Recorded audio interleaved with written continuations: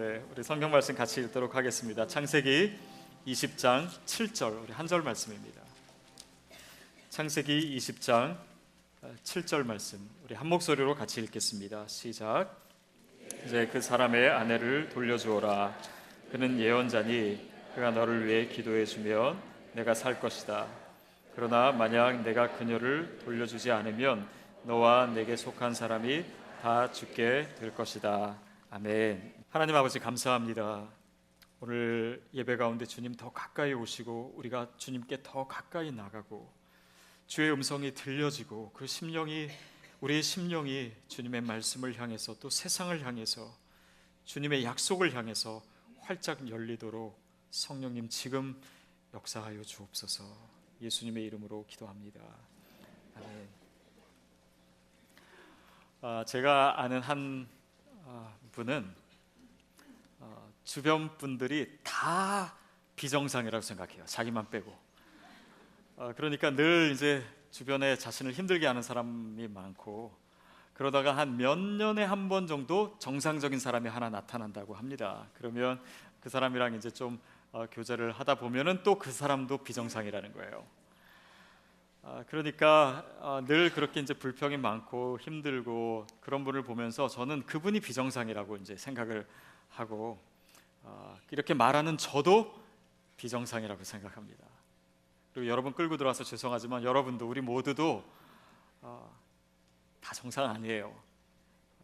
만약 누군가가 나만 정상이고 나는 늘 합리적으로 생각하고 나는 늘 객관적이고 나는 늘 옳고 다른 사람은 다 틀리고 그런 사람이 있다면 아마 그 사람은 자기 방어를 하고 또 자기를 애써 그렇게 정당화할 수밖에 없는 마음에 상처가 있든지 열등감이 있든지 뭔가 정상이지 못하기 때문에 또한 자기만 옳다라고 생각하는 것일 수도 있습니다. 그래서 생각해 보면 우리는 모두 다 비정상이고 그렇기 때문에 은혜가 필요해요. 그래서 우리의 인생을 좀 면밀히 살펴보면 우리가 얼마나 온전한 사람인가, 온전한 사람이 되어가는가, 그것도 중요하지만 사실은 더 중요한 것은 우리가 얼마나 은혜가 필요한가. 우리에게 은혜가 없다면 우리의 이 연약하고 부족하고 또 뭔가 왜곡되어 있는 우리의 자아를 회복할 길이 없는 것입니다. 그래서 하나님은 오늘도 여전히 저와 여러분을 은혜로 이끌어 주시고 그 은혜 안에서 우리가 조금씩 변화되어 가는 것이 믿음의 여정이 아닌가 싶습니다. 아브라함은 믿음의 조상이라고 하고 또 종종 이렇게 믿음의 모습을 보여주기도 하지만 그 또한 은혜가 필요한 사람입니다. 그리고 하나님의 약속을 성취하는 그 과정 중에 그도 또한 믿음의 위기가 있었고 또 부족함이 드러나고 또 그 가운데 어떠한 하나님의 은혜가 있었는지를 우리가 살펴보는 것은 또 오늘 은혜가 필요한 자로서 오늘 우리의 신앙을 다시 한번 생각하게 되는 중요한 계기가 되리라고 봅니다. 우리 20장 1절 2절 말씀 같이 한번 읽겠습니다. 시작. 아브라함이 거기에서 네겝으로 이동해 가데스와 술 사이에 거주했습니다. 그리고 다시 그랄로 가서 잠시 머물러 살았습니다. 아브라함은 자기 아내 사라에 대해서 그녀는 내 여동생이라고 말했습니다. 그러자 그랄 왕 아비멜렉이 사람을 보내 사라를 데려갔습니다. 아브라함이 있던 곳에서 네게브, 그 남쪽에 있는 사막 지역에 살다가 또 좀 더 올라와 가지고 가데스와 술 사이에 거했다가 그리고 또 그랄이라고 하는 블레셋 사람들이 사는 곳으로 갔습니다. 거기에 아비멜렉이라고 하는 왕이 있었고 그가 그 그랄, 말하자면 도시국가지요. 그곳을 다스리고 있었어요. 자, 그래서 이제 그곳에 아브라함의 가족과 일행이 갔는데 거기서도 역시 사라가 너무 예뻐가지고 소문이 나게 되고 그래서 이 아비멜렉 왕이 사람을 보내서 그 사라를 데리고 오게 했습니다. 근데 이 내용을 가만히 보면요, 보통 이제 학자들이 그런 얘기합니다. 이 20장에 이렇게 사라를 아비멜렉이 취하려 한 이 사건이 19장에 있어서 또 21장 그 사이에서 시간적인 순서 때문에 여기 들어온 것은 아닐 것이다. 왜냐하면 사라는 이미 지금 21장 가면 어떻게 돼요? 아기 낳습니다. 그때가 몇 세예요? 90세 아기를 낳죠. 그러니까 지금 이미 90세가 된 거예요. 89세든지 90세든지.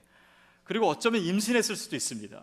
그러니까 아무리 여인이 예뻐도 이렇게 지금 90세가 되고 임신했을지도 모르는 이 여인이 소문이 나가지고 왕이 취하려고 하는 것이 좀 이상하다 해서 그 시간적인 순서에 대해서는 사람들이 이것은 그렇게 조정된 것이 아니다라고 생각해요. 그 대신 내용상으로 보면요, 바로 오늘 아브라함이 이렇게 사라를 자기 누이라고 속이고 이렇게 믿음의 실패를 경험한 사건이 약속의 성취인 아들이 태어나는 21장 바로 앞에 와 있다라고 하는 것은 그 자체로 메시지입니다. 그 구조 자체가 하나님의 약속이 누구에게 이루어지는가, 하나님의 약속이 성취되는 그 사건 전에 하나님께서 아브라함에게 요구하시는 믿음의 모습이 무엇인가를 오늘 본문이 굉장히 중요하게 또 자세히 우리에게 보여주고 있습니다. 그것은 우리의 의나 우리의 노력이나 우리의 어떤 행동이 아니라 우리의 실패 가운데서도 여전히 우리에게 은혜를 베풀어 주시는 그 하나님의 은혜와 사랑, 그것이 결국 아브라함으로 하여금 약속을 성취하게 한다라는 것입니다. 그래서 이 구절들을 우리가 계속 읽어보면 거기에 해당하는 내용들이 나오는데요, 3절부터 6절에 보면은 그렇게 해서 이제 사라를 취하려고, 아비멜렉이 취하려고 하니까 하나님께서 어느 날 아비멜렉의 꿈에 나타나십니다. 그리고 네가 지금 취하려고 하는 여인은 남편이 있는 사람이다. 그리고 네가 그 여인을 돌려보내지 않을 경우에는 네가 죽게 될 것이다. 하나님께서 그렇게 얘기하시니까 아비멜렉이 깜짝 놀랍니다. 그러면서 하나님께 얘기해요. 아니, 사실 저는 모르고 그랬습니다. 이 여인이 그 아브라함의 여동생이라고, 아브라함이 저에게 그랬기 때문에 제가 이 여인을 취하려고 한 것이, 저는 순전한 마음과 온전한 마음과 깨끗한 손으로 이 일을 진행하려고 했던 것입니다. 그것을 얘기해요. 그러니까 그 아비멜렉에게 하나님께서 말씀하시죠. 그것이 오늘 우리가 다 같이 읽은 7절 말씀인데요, 우리가 다시 한번 읽었으면 좋겠습니다. 7절 시작. 이제 그 사람의 아내를 돌려주어라. 예언자니 그가 너를 위해 기도해주면 내가 살 것이다. 그러나 만약 내가 그녀를 돌려주지 않으면 너와 내게 속한 사람이 다 죽게 될 것이다. 하나님께서 아비멜렉에게 뭐라고 얘기하시냐면, 아브라함은 예언자다. 그리고 그가 기도하면 너와 너의 가족들이 다 살게 될 것이다. 그러나 네가 내 말을 안 듣고 돌려주지 않으면 너희가 다 죽게 될 것이다. 그러면서 아브라함을 굉장히 세워주시는 거예요. 자, 이런 비슷한 내용이 사실은 우리가 12장에서 한 번 더 그 경험을 하죠. 그것은 무엇입니까? 아브라함이 애굽에 갔을 때 똑같이 자기 아내를 여동생이라고 해가지고 자기 그 목숨을 지켰던 그런 일들이 있습니다. 근데 그때는 메시지 초점이 어디에 있었냐면, 하나님께서 아브라함이 거하던 가나안 땅에만 계신 분이 아니라 애굽 땅에도 거하시고, 그래서 그 하나님은 온 세상의 하나님이시고 전능하신 하나님이다라고 하는 그 하나님을 드러내는데 메시지가 있었다면, 오늘 본문은 다릅니다. 지금 아브라함이 되게 망신당하고 있는데 하나님께서 아브라함을 세워주시는 거예요. 여전히 인정하고 계십니다. 보십시오. 이 아브라함과 이 아비멜렉과의 대화를 쭉 읽어보면요, 사실은 아브라함이 굉장히 지금 창피한 상황이에요. 거짓말한 것이 드러났고, 또 자기 내면으로는 예전에 또 한 번 그랬다가 지금 또 한 번 믿음의 실패를 경험한 것이고, 그러니까 아비멜렉이 불러가지고 너 왜 거짓말했느냐, 그러니까 뭐 변명한다는 것이 실제로는 내 동생인데, 이복 동생인데 뭐 그랬습니다. 그런데 사실은 그것도 변명이지요. 그러니까 아비멜렉 왕이 사라를 보면서 어떻게 생각했을까요? 어쩌다가 너는 그렇게 찌질한 남편을 얻었니? 이렇게 거짓말하고 자기 목숨 살자고 자기 아내를 다른 사람한테 주는 이런 상황이 된 거예요. 그리고 하나님을 두려워하는 입장에서 봐서도 아비멜렉이 더 지금 이방 왕인데 하나님을 더 두려워하는 것 같습니다. 아브라함은 사람이 두려웠던 것이에요. 그 상황이 두려웠던 것입니다. 그런데 그럼에도 불구하고 하나님께서 아비멜렉에게, 아브라함은 예언자다. 그리고 그가 기도해야지만 너희가 지금 이 재앙에서 빠져나올 수 있다, 이렇게 말씀하시는 것은 뭡니까? 아브라함을 세워주시고 그 체면을 세워주시고 인정하시는 거예요. 예언자다라고 하는 것은 단지 미래를 말하는 사람이다, 그런 의미도 있지만은 지혜 있는 사람이다, 그리고 하나님의 사람이다 라고 하는 것을, 내가 보장하는 사람이라는 것을 드러내주는 그런 표현입니다. 그리고 아브라함의 기도를 통해서 내가 너에게 생명을 주겠다, 내가 너를 축복하겠다, 재앙을 면하게 하겠다, 그런 하나님 앞에서의 중재자의 모습으로 아브라함을 얘기하고 계시고, 결국 아비멜렉은 그 뒷부분에 가면 전적으로 아브라함에게 의존하게 돼요. 바로 그런 모습입니다. 어째서 하나님께서는 이 상황 속에서 아브라함을 세우고 계신 것일까요? 그를 향한 하나님의 계획과 또 그를 향한 하나님의 약속을 여전히 이어가고 계신 것일까요? 여러분, 그것이 바로 은혜입니다. 스카펙이 지은 아직도 가야 할 길, 그 책에 보면은 그가 만났던 한 사람의 이야기가 나옵니다. 어떤 사람을 만나냐면 사업도 크게 성공하고 또 굉장히 인격적으로도 훌륭한 어떤 한 사람을 만났는데, 그 사람의 과거 얘기를 듣고 이 스카펙 박사가 잘 이해가 안 됐다라는 거예요. 뭐가 이해가 안 됐냐면, 그 사람은 시카고의 그 슬럼가에서 사생아로 태어난 사람입니다. 그리고 그 엄마가 아기를 낳았는데 엄마는 이 청각 장애인의 또 시각 장애인이에요. 그러니까 뭔가 자기 혼자 살기도 이 어려운 상황인데 이 아이를 낳게 된 거고, 그 아이가 어려운 상황에서 자라게 됩니다. 그러다가 한 몇 살이 되자 정부에서는 이 여인이 아이를 제대로 키울 수 없다라고 판단해서 사전 예고도 없이 그 아이를 뺏어서 말하자면 위탁 교육을 시킨 거예요. 그래서 어느 가정에 갔는데 그 가정에서도 사랑해주지 않고 무관심 속에서 자라게 되고 학대받고, 그러니까 환경이 너무 어려워서 또 다른 가정으로, 위탁 가정으로 옮기게 되고, 또 그것을 3번이나 옮기고, 그러는 가운데 15살에는 이 뇌의 동맥이 터져가지고 몸에 마비가 오고, 이 아이가, 그리고 16살에는 그 집을 마지막 집을 나오게 되고, 그리고 그렇게 불안 환경에서 자란 아이들이 흔히들 그러듯이 또 나쁜 아이들이랑 어울리고 또 폭력에 가담하게 되고, 결국 그래서 감옥에 가게 됩니다. 감옥에 갇히게 되고, 그리고 나와서 결국 그냥 어느 회사의 말단 직원으로 들어가게 된 거예요. 자, 여기까지만 들어도 그 불우한 환경, 또 어려운 상황, 또 감옥에도 가고 또 힘든 경험들, 몸의 장애, 이런 것들이 있으면 그 미래가 사실은 굉장히 부정적이고 비관적이어야 됩니다. 그런데 결과가 아닌 거예요.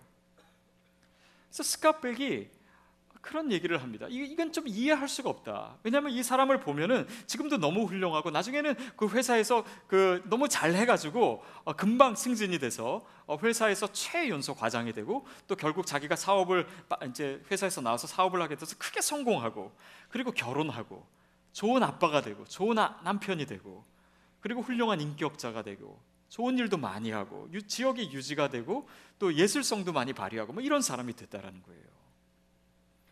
근데 스카백이 그런 얘기를 합니다.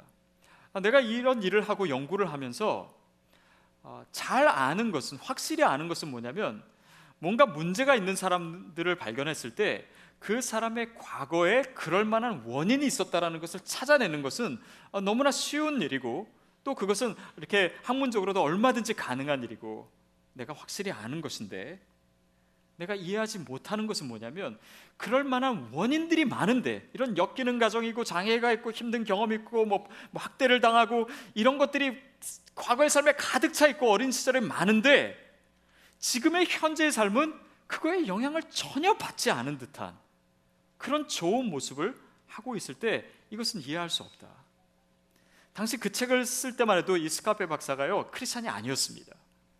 그래서 그는 이 이해할 수 없는 이 상황을 가리켜서 뭔가 초월적인 힘이 작용한 것 같다, 그렇게 표현하고, 그것을 은혜라고 하는 단어를 써서 표현을 했습니다. 여러분, 바로 이런 것이에요. 원인으로 보면은 우리 안에는 아름다운 것이 없고, 또 이 힘들고 부족하고 연약하고 이런 것들이 있어서 정말 하나님의 약속을 받기에 우리는 너무나 부족하고 그럴 만한 자격도 없고 자격 미달인데, 하나님께서 이끄시는 삶을 보면은 그 원인과 우리 안에 있는 그런 많은 문제와 오늘 우리의 삶과의 인과관계가 성립되지 않는 듯한 그런 단절이 있다라는 거예요.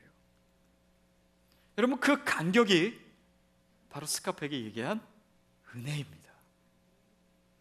여러분의 삶은 어떤가요?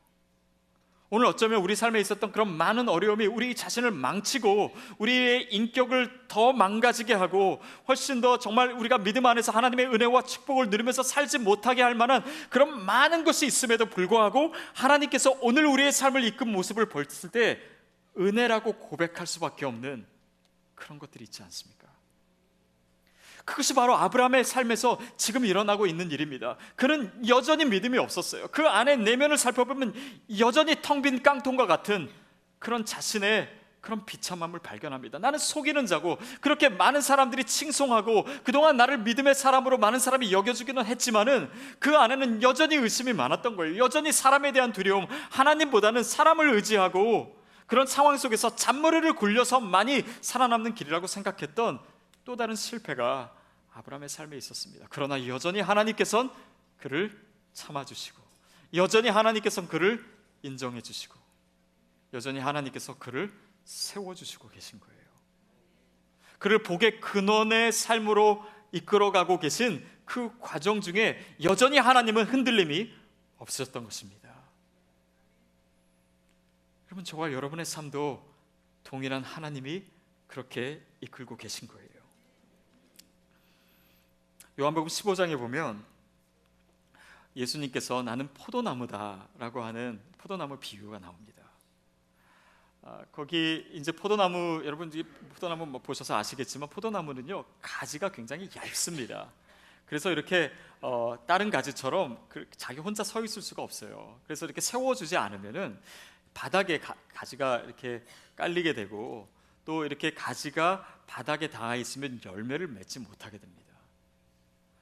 근데 예수님께서 그렇게 바닥에 있는 가지, 열매 맺지 못하는 가지를 향해서 뭐라고 얘기하시냐면 15장 2절 말씀 우리 같이 한번 볼까요? 시작. 내게 붙어 있으면서도 열매를 맺지 못하는 가지는 아버지께서 다 자르실 것이요, 이렇게 얘기하고 있어요. 그래서 제가 어렸을 때 이 구절을 봤을 때는 좀 섬뜩했습니다. 더욱이 그랬던 것이, 우리 주일학교 선생님이 어떻게 가르치셨냐면, 이 열매를 맺는다는 것은 전도를 잘하는 것인데 너희들 전도를 안 하면 예수님께서 다 잘라가지고 아궁이 속에 다 집어넣어버리신다고. 그러니까 아니, 전도라는 게 좀 해야 되고 중요한 것은 알겠는데 하나님께서 이렇게까지 얘기하실 필요가 있을까, 좀 의아했던 적이 있어요. 근데 사실은 이 구절은 헬라어를 잘 해석할 필요가 있습니다. 자른다라고 하는 이 헬라어 단어는, 제가 1, 2부까지는 기억했었는데 헬라어 단어가 생각이 안 나네요. 이 아이로라고 하는 단어는요, 자른다라고 하는 의미도 있지만 들어 올리다라고 하는 뜻이 있어요.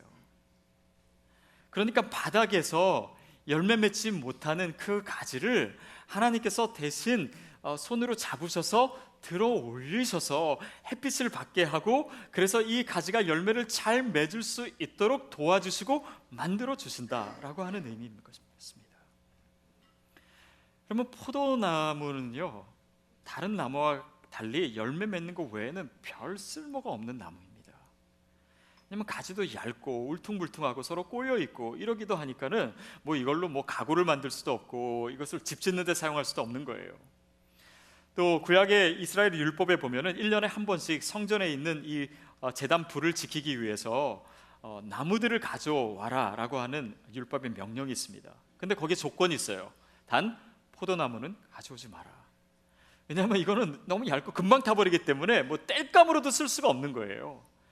그렇게 형편없는 나무, 형편없는 그 가지와 같은 아브라함에게, 우리에게 하나님께서는 여전히 동일한 은혜를 부어주셔서 햇빛을 비춰주셔서 열매를 맺는 삶을 살게 하신다. 그것이 바로 하나님과 우리와의 관계이고, 그 일을 예수님께서 하시는 것이고, 오늘 아브라함을 통해서 우리가 보게 되는 하나님의 그런 일방적인 도와주시는, 또 우리를 세워가시는 은혜임을 우리가 보고 있는 것입니다. 여러분, 그래서 이 아브라함의 얘기를 통해서도 우리가 보듯이요, 또 그것을 조금 더 확장시켜서 보면 구약에 나타난 이스라엘의 역사 자체가 바로 이런 하나님의 은혜예요. 아브라함과 같이 이스라엘 백성도 늘 실패하고 좌절을 경험하는 사람들이었습니다.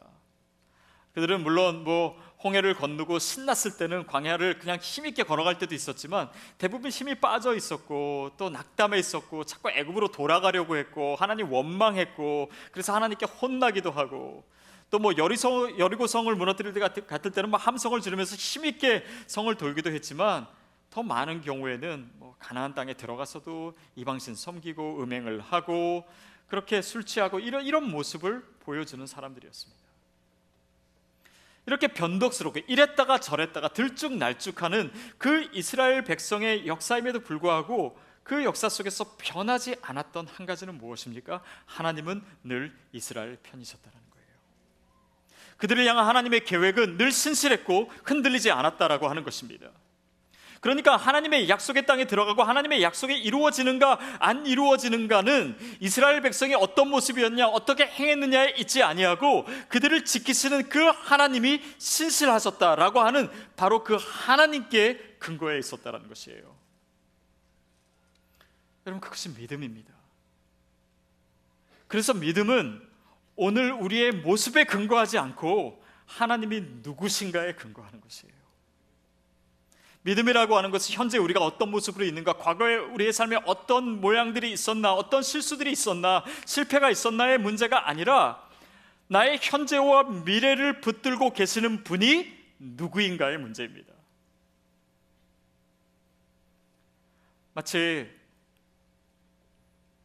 우리 옆집 애가 아무리 공부 잘해도 여러분이 옆집 아들한테 재산을 물려주지 않는 것과 같이 하나님께서는 우리를 선택하셨고 부르셨고 우리를 자녀 삼아 주셨고 그 관계 속에서 하나님의 계획과 사랑은 결코 흔들리지 않는다. 그것이 우리가 받은 은혜입니다. 저는 이 20장을 읽으면서요, 왠지 읽으면서 조금 혼란스러울 수 있겠다라는 생각을 많이 했습니다.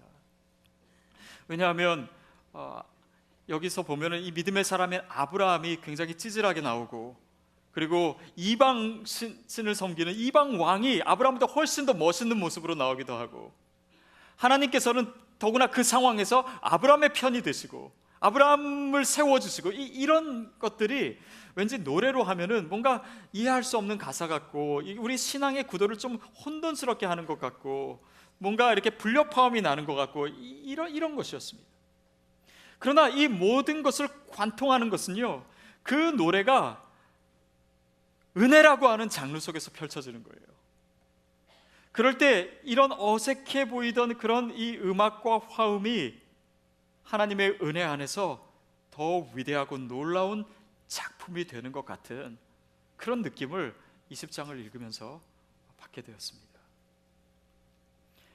여러분, 하나님의 은혜는요, 논리가 아닙니다. 내가 왜 이런 은혜를 받아야 되지? 왜 하나님께서 나를 계속 참아주시는지, 하나님께서 나를 왜 세워주시는지, 하나님께서 왜 나를 사용하시는지, 왜 나에게 축복을 주시는지, 하나님께서 왜 나에게 약속하셨고 그 약속을 이뤄 가시는지, 그거에 대한 근거와 논리를 내 삶에서 찾으려면 찾아지지 않습니다. 찾는다고 해도 그것은 하나님의 논리가 아니에요. 필립 얀시의 책을 읽다가 거기에 한 영화의 한 대목에 대한 이야기가 나옵니다. 어떤 영화냐면 이 아이언 위드라고 하는 영화인데 옛날 영화더라고요. 근데 유명한 배우들 잭 니콜슨 그리고 메릴 스트립 이런 배우가 나오는 그런 영화인데, 거기서 이런 주인공들과 몇몇 사람들이 이제 술집에서 술을 마시고 취하고 밖으로 나옵니다. 근데 한 겨울이었어요. 굉장히 추운 겨울이었는데 길거리에 한 여인이, 이 불황자 같은 이 한 여인이 술 취해서 완전히 뻗어 있는 거예요. 그러니까 이 사람들이 나오면서 이 여인 옆을 지나가면서 도와줄까 말까 이런 얘기를 합니다. 근데 그러면서 이제 물어요. 이 사람이 뭐 하는 사람이지? 그러니까 이제 같이 있었던 사람 중에 이 여인에 대해서 좀 아는 사람이 있어서 이 여인은 평생 불황자로 살았다고. 그 전에 뭐 했냐고 했더니 알래스카에서 창녀로 살았다고. 그러면 그 전에는 뭐 했냐고. 그러니까 그거는 잘 모르고 그냥 뭐 어린 소녀였겠지, 뭐 이렇게 얘기했습니다.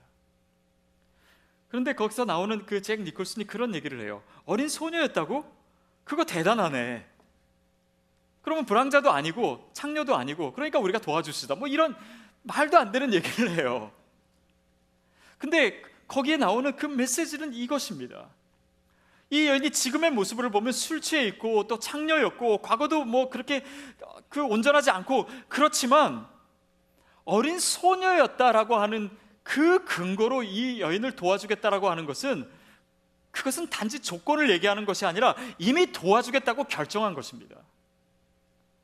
그것은 논리가 아니에요. 여러분, 하나님께서 우리를 사용하시고 우리를 세워주시고 우리를 통해서 복의 근원되는 삶을 살게 하시겠다라고 하는 것은요, 어떤 우리의 삶에서 근거를 찾는 인과관계가 아닙니다. 논리가 아니에요. 은혜예요. 아무런 가능성이 없어 보이고 늘 실패하고 이 사람만 봐서는 아무것도 이루어질 것 같지 않은데 하나님께서 그렇게 하시도록 마음 먹으신 거예요. 마치 어느 아이가 학교에서 맨날 말썽만 피고 수업 시간에 잠만 자고 애들 때리고 도시락 까먹고, 그런데 선생님이 어느 날 갑자기 너 반장해라, 비슷한 거예요. 이해가 되지 않는 것입니다. 여러분, 하나님께서 아브라함을 믿음의 조상으로 사용하시고 그를 예언자로, 그의 기도를 통해서 사람이 죽기도 하고 살 수도 있는,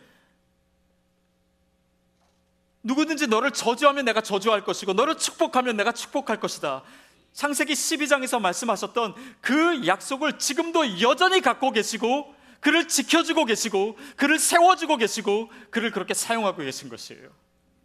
그것이 저와 여러분을 향한 은혜입니다.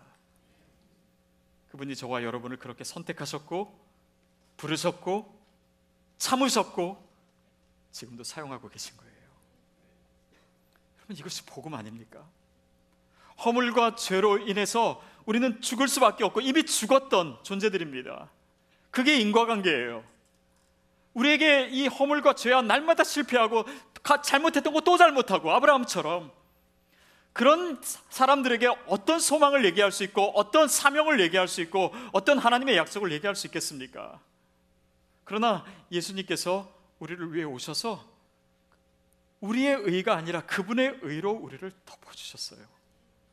하나님께서 그 예수 그리스도로 인해서 그래서 저와 여러분을 의롭다라고 인정하신 것입니다.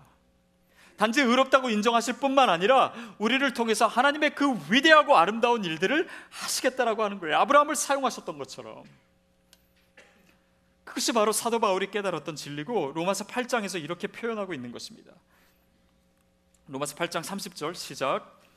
하나님께서는 미리 정하신 그들을 또한 부르시고 부르신 그들을 또한 의롭다 하시고 의롭다 하신 그들을 또한 영화롭게 하셨습니다. 하나님께서 미리 정하셨다는 것은 단지 시간을 의미하는 것 아닙니다. 우리가 뭔가 의롭다함을 입을 만한 행동을 하기 전에 아무런 조건이 없을 때 미리 우리를 정하시고 의롭다고 하신 거예요. 그분은 이미 우리를 사랑하시고 작정하셨습니다. 저와 여러분을 선택하셨어요. 아브라함을 선택하셔서 그를 믿음의 조상으로 복의 근원으로 삼으신 것을 아브라함이 믿음에 대해서 아무것도 모를 때, 하나님을 알지도 못할 때 이미 정하신 것이에요. 그리고 예수 그리스도에 인해서 우리를 의롭다고 하시고 의롭다 하신 그들을 또한 영화롭게 하셨습니다. 여러분, 그것이 저와 여러분을 향한 하나님의 약속입니다. 하나님의 계획입니다.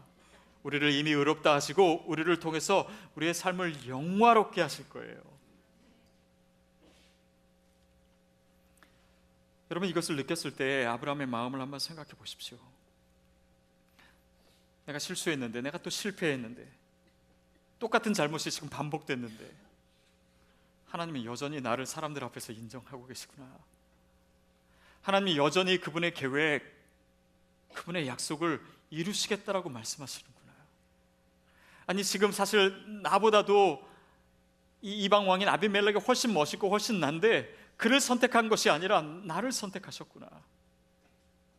나는 지금 굉장히 창피하고 하나님 망신시켰는데 하나님은 나를 부끄럽지 않다라고 얘기하시는구나.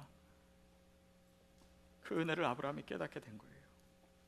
그러면서 하나님의 약속의 성취를 앞두고 있는 아브라함으로서 어떤 생각을 했겠습니까? 이 하나님의 약속의 성취, 아마 또 아들을 낳았을 때도 더 느꼈겠지만, 이거는 내 힘으로 내 의로 하는 것이 아니구나. 내가 믿음 생활 열심히 했다고 그것을 조건으로 해서, 그것을 보상으로 해가지고 약속을 얻는 것이 아니구나. 나는 여전히 형편없고, 나는 여전히 죄인이고, 나는 연약하고 부족한 존재이지만 하나님께서 그래도 나를 세워주시고 나를 참아주시고 나에게 은혜를 주신 것이구나. 여러분, 하나님은 그 믿음이 필요하셨던 거예요. 껍데기 믿음이라고 하는 것은 무엇입니까? 내가 뭔가 이렇게 얻은 것 같고, 뭔가 잘 된 것 같고, 뭔가 이루어지면은 그래도 내가 열심히 했기 때문에, 나에게 그것을 받을 만한 자격이 있기 때문에 주어진 것이지, 믿음도 그것을 하나의 공적으로 생각해서 우리가 하나님의 약속을 받았을 때 이 믿음을 사용해서, 이 믿음 자체를 신성화해서, 이 믿음 자체에 어떤 능력이 있는 것처럼 그것을 우상시해서 뭔가를 얻어내는 것으로 생각한다면, 그것은 진정으로 믿음의 조상이 가져야 될 믿음이 아니었던 것입니다. 진정한 믿음이란, 껍데기 믿음을 벗어 던지는 것이란, 내 내면을 깊이 살피고 나는 절망할 수밖에 없는 존재임을 깨닫게 되는 거예요. 전적인 하나님의 은혜가 아니거든 그분의 약속이 이루어지지 않겠구나.